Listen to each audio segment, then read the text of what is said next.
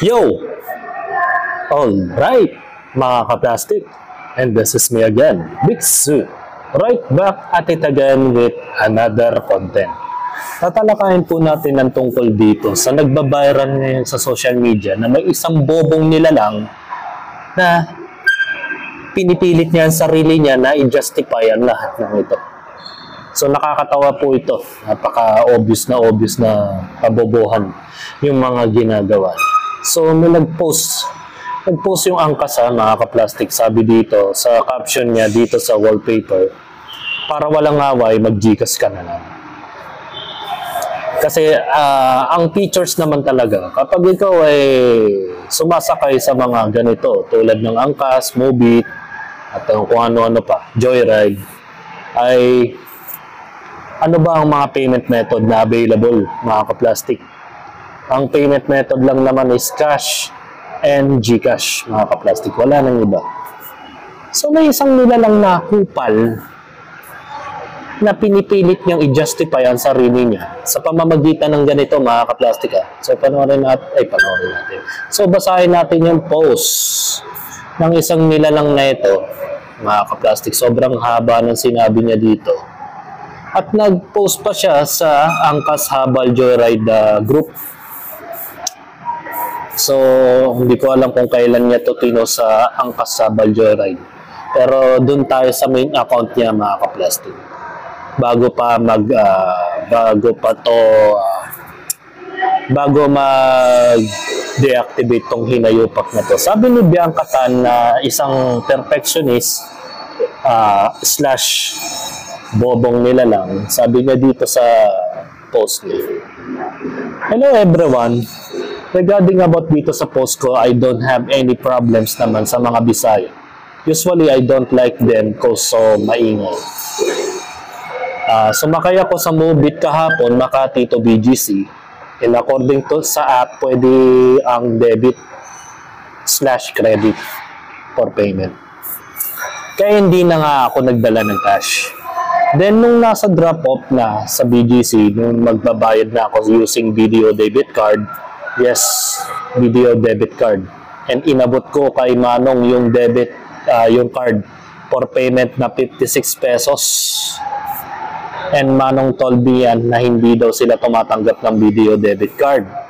Like, hello, sabi sa app, pwede ang any card na hindi na ako masyado nagsasalita that time because I know Manong don't know how to use it. Or baka hindi pa siya nakakakita ng debit card. Then he said something like, unsa. So I know na Bisaya nga siya. So hindi ako nagtaka na baka hindi niya talaga alam yung debit ko na video debit card.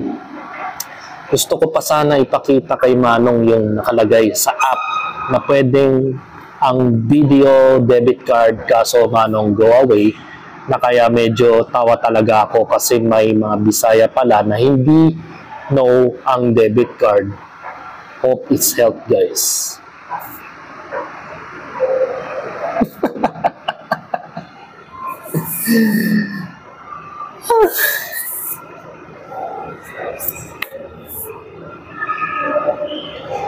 Ano bang nasa utak nito ni Bianca, mga ka-plastic?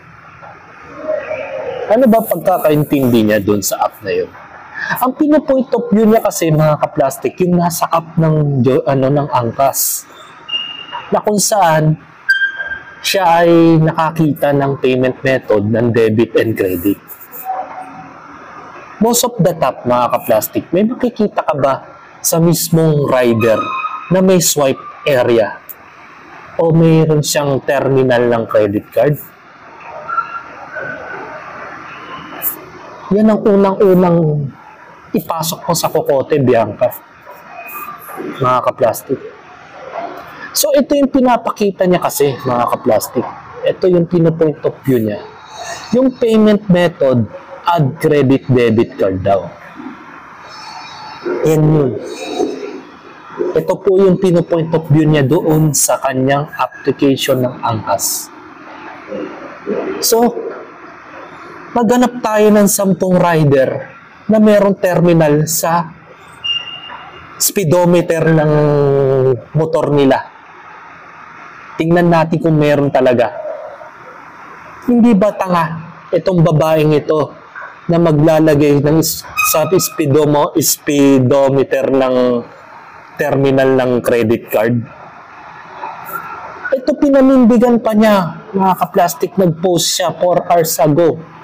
Talagang pinaninindigan niyang bobo siya. At sabi niya dito, this is my last statement regarding about issue na yung Mobit debit card. Pinakita niya, inulit lang niya yung sinabi niya sa unang kinopy-paste lang niya. Ito nga yung pino-point of view niya, yung payment method. So, basahin natin yung comment para malaman natin. Girl, ini-input ang card details sa app. Walang dalang card reader ang mga rider. My gosh, where have you been? Tapos, i-discriminate mo, mga ka-plastic, Bianca, na siya ay Bisaya at hindi daw niya alam yung credit card. Diniscriminate mo pa. Pero yung sarili mong baho, yung malaking troso, yung puwing ng ibang tao, napuna mo. Pero yung malaking troso na nakasiksik sa mata mo, hindi mo nakikita. Hindi ka ba naman minsan damakmak na kabobohan sa utak mo na wala naman silang terminal ng credit card sa kanilang motor? Saan ka bang planeta nakatira, Bianca? O, tingnan mo, sabi ni Arlie Pundao, saan niya i-input yan? Kaya mabog po sa July of October. Pwede nga debit card, kaso nililink sa app yun. Yan ginawa mo pang delivery rider ng McDo, Jollibee, Shakey's, si Mobit. Wala naman dalang credit reader ang mga MC taxi riders. Ito naman, sabi ni Jim Vincent, ini-input ang confirm kasi yung card details para ma-charge sa bank account mo. Hindi magdadala ng credit terminal ang rider para lang sa 56 pesos. Hindi rin kasalanan ng rider kung hindi ka marunong magbasa.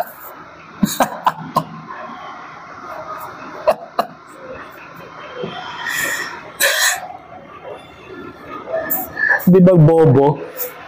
Siguro hindi siya marunong gumamit ng app. Yun ang point of view doon. Nag-trending ka ngayon dahil sa kabobohan mo, Bianca. Hindi mo na papasok sa kukote mo yun. Natatawa na ako sa mga pinagsasabi niya. Sa mukhang mas natatawa ako sobra-sobra sa pag-i-scam siya. Nalagasan siya ng pera, isang malaking deserve para pag nangyari yun. Oo nga, ito, sabi ni Tiffany D. Guzman, ate, i-add mo yung details ng debit card mo.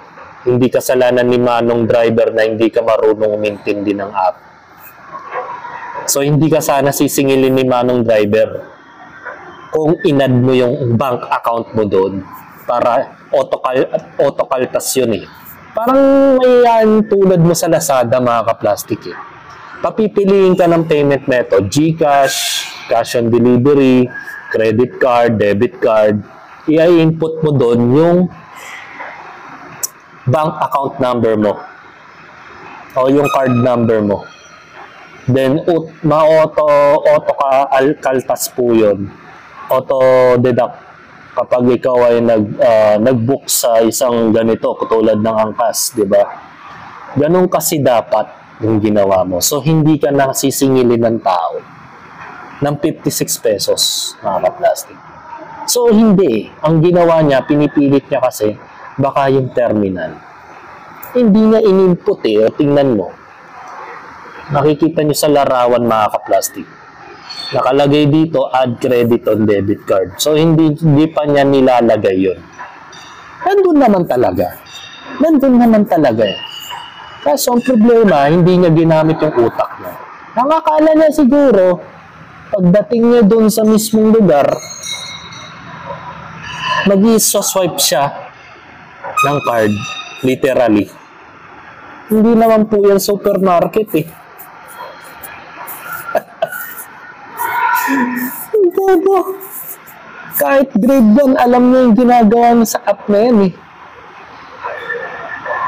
Di ba siya isang damakmak na bobo, si Bianca?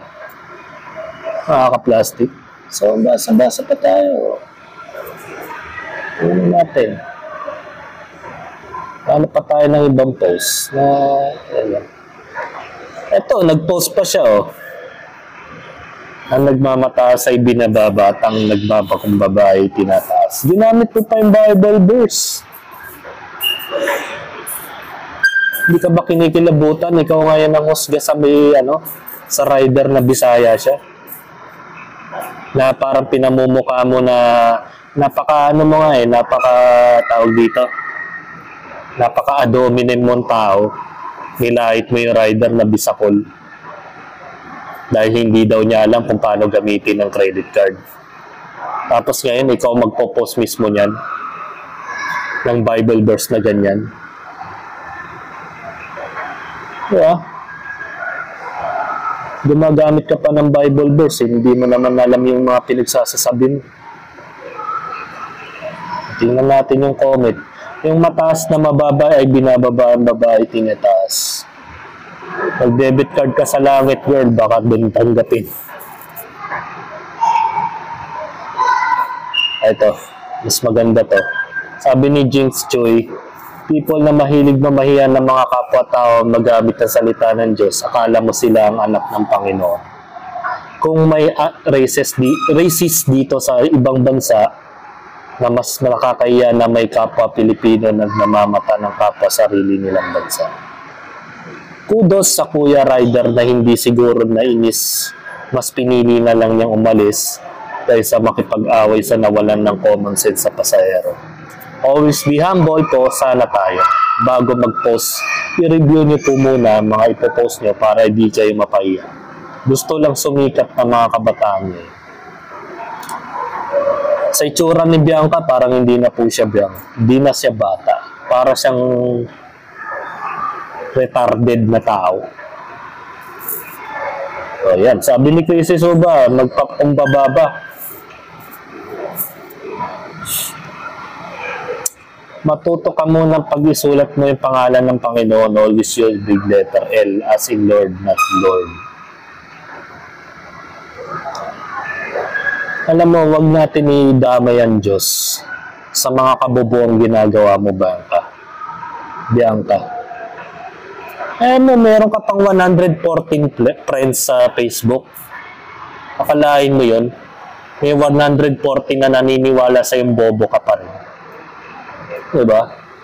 Buti nga may kaibigan ka pa dahil sa ugali mong yan. Hindi na ako nagtataka, diba? Meron pang nag-react ng haha dito. Ang dami. Ang sabi niya kasi sa post niya, morena lang. Morena na bobo lang. Bawal yung muko nakamamatay. Ayan. Ilait-lait ka ngayon ng taong bayan, mga ka-plastic. So, ito. Ayoko nang pahabain. Baga, ang point of view dito, cyber libel.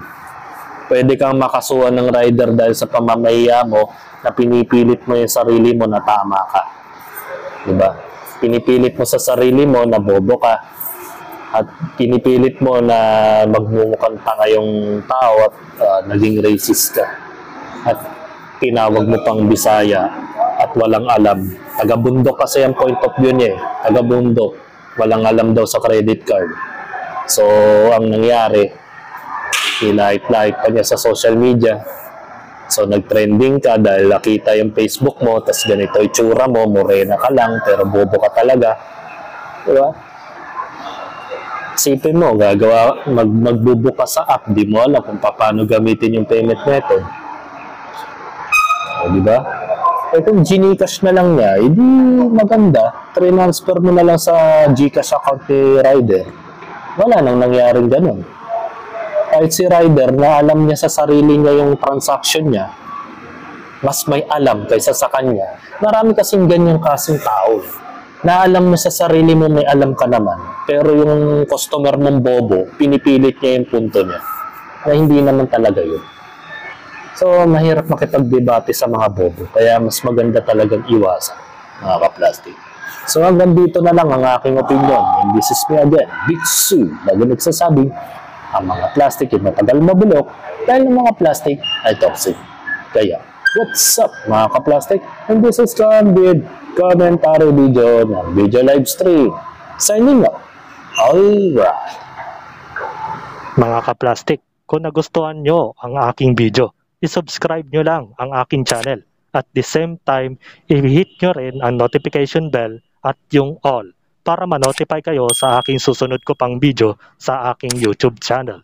Maraming salamat po mga ka-plastic.